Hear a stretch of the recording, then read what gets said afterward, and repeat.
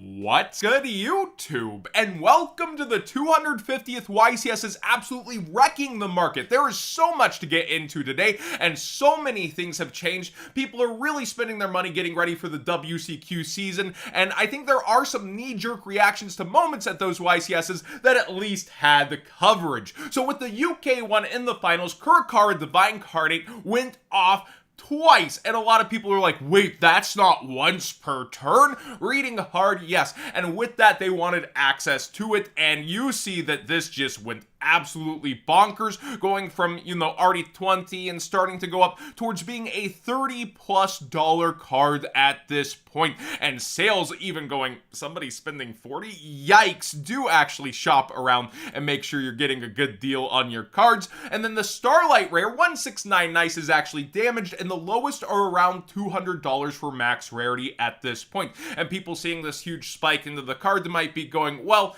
the Starlight will fall out less, but this is maximum record for this card being bought. And this card in the OCG did initially start at a very, very high price and actually came down over time, but people seeing in our format it being different, no max C, different hand traps / responsive cards will be what you want to be looking at, and a lot of people are spending $200 on this Starlight right now. Will it go even higher, or will it stay around here? Let me know what you think in the comment section down below. Personally, record sales are always eye-popping, but sometimes a triple down buyout, especially through a WCQ season, will happen. It'll be one to watch. Head-to-head battles over on their shop has a new boba collection. Girl bosses from Demon Slayer slaying it, and I really do like the design of the deck boxes themselves. Code What's Good 5 for 5% off, and to support the channel directly will work over on their website, where you can,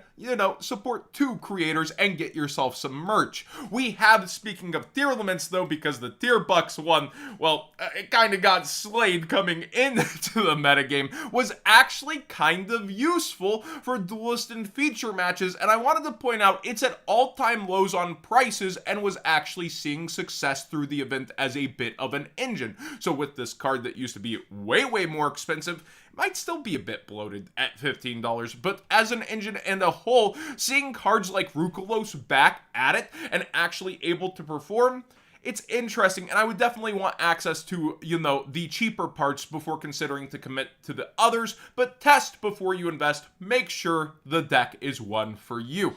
WRECKS, however, this is one that I literally questioned out on Twitter, like, hey, in this format, isn't this kind of underlooked right now? And people are like, oh, it just has a bad Kashtira matchup. They want things banished, that kind of stuff. Well, it's performing and mixed with Kashtira with the Mad Lad Shu Ping. And you can see that WRECKS tip is back up towards one of its maximum prices, around 30, spiking up here. People spending their money pretty fast on it. And max rarity is also going back up, where I believe it's like 80 some odd, yeah, $85 to $90 for collector rares now, and quickly up towards 100. So be aware the WRECKS engine, being out of one of those tactical master collector rare sets, the ratios aren't the best, so these are pretty easy to make disappear from the market, and people are doing so. Seeing it played with multiple things like Naturia. Naturia has already had multiple bubbling buyouts. Now Barky on DT is going further, as people have seen it shut down Imperm and Kashtira traps and evenly match. It has a use in the deck for sure, but you also have Coral Dragon being played there that we have covered, the secret rare re-spiking like crazy, and the Ultra, if you just want access to this card, has been going up for a bit, and then Stardust Charge Warrior as well. If you don't actually want to play gold rares, if you're allergic to that, well, you do have the secret rare, and it is definitely up in price versus where it used to be, and is getting re-spiked up a little bit. The actual lowest is $8.50, but that's one copy. It's quickly up towards $10 there. Totally Awesome is just one I wanted to feature because it's getting used a lot in Sprite with Reproductus, and it's still, for its first edition, pretty affordable. So you might want to get that sooner than later using that TCG player link in the description down below, costing you nothing extra to support the channel directly for the cards you'd already be buying. Because the amount of times it was summoned in feature matches, pretty startling, and I could see this going back up for its OG secret towards 20. But if you just want access to the card, there's lower rarity versions that are very affordable.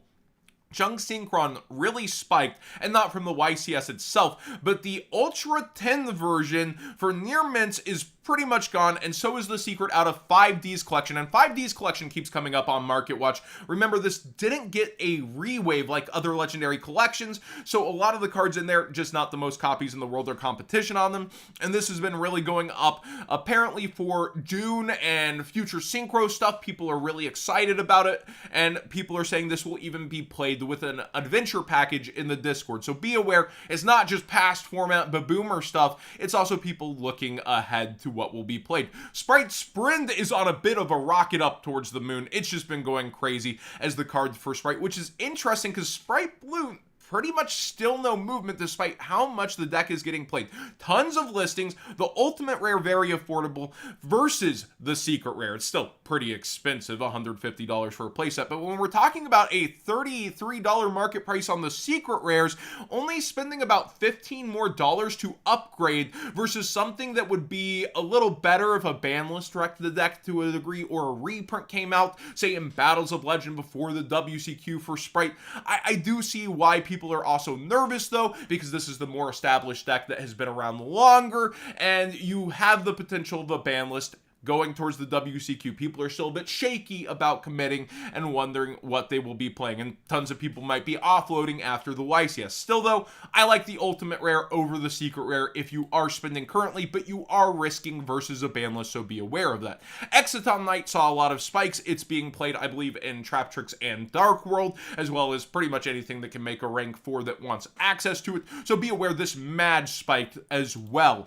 You have Fur Hire, which we did see at the Houston region that I commentated around round 9, almost ended up topping, but Runic for Hire is a very real deck that just feels like it draws infinite. It got some highlights through the weekend, and it has respiked, especially over in the UK, over on Card Market. Just crazy prices on that website too, but see, super low listings, up in price, and yeah, for Hire, it's actually a real deck. Dragonity Remus saw play through the weekend, and it has spiked quite a bit here, and people are just looking for access to it. Remember when Ghosts from the Past came out and this was like 20 though? Still seems very reasonable for a set that has been out for some time now, and I think this is a pretty okay price for the card. $5, $6, it's not that bad. Super Heavy Samurai got its moment, and also it's got future support coming out that a lot of people have been talking about, so pieces of this have been going and spiking up even for commons and low rarity versions because you just want access to things like Soul Piercer. So be aware, these have been money for some time, but they're going and getting a lot of traction right now, and then you have future support as well, so a lot of people are looking into the deck after seeing it perform, but also looking at the future.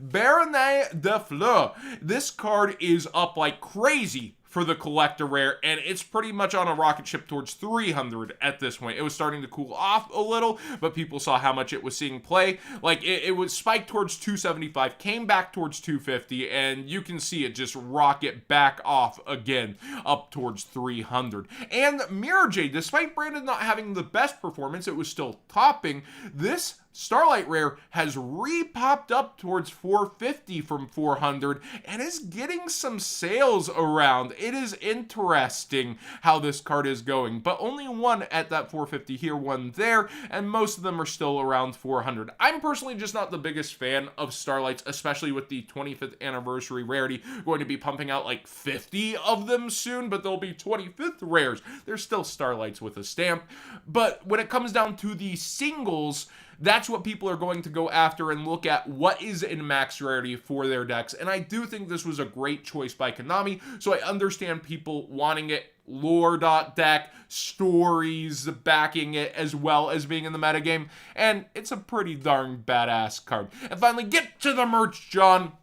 Good Smile, this is not sponsored, has a bundle up for the Dark Magician Girl Nendoroid as well as the Pop-Up Parade. So if you've held off on these figures, I personally paid the more on them. They are a $70 Easter bundle over on the Good Smile US website, so you can go look that up. And if you're looking for your 800th Dark Magician Girl figure because they keep going back to DM, well, there's that. But do remember, they're going to be doing like Bryonic, Gemini, Elf. Actual cards from the game are going to be getting figures, so that's pretty awesome. Thanks for watching today's Market Watch. Please subscribe if you haven't already. Give this video a thumbs up if you enjoyed the conversation, and let me know what you think. The YCS definitely had a high impact on the market, just changes pretty much going all around from hype moments, and the knee-jerk reactions, while they are a bit funny, it is interesting what you want to have access to going into that room at the WCQ. What are you going to be playing for Nationals? Well, a ban list still might be changing that.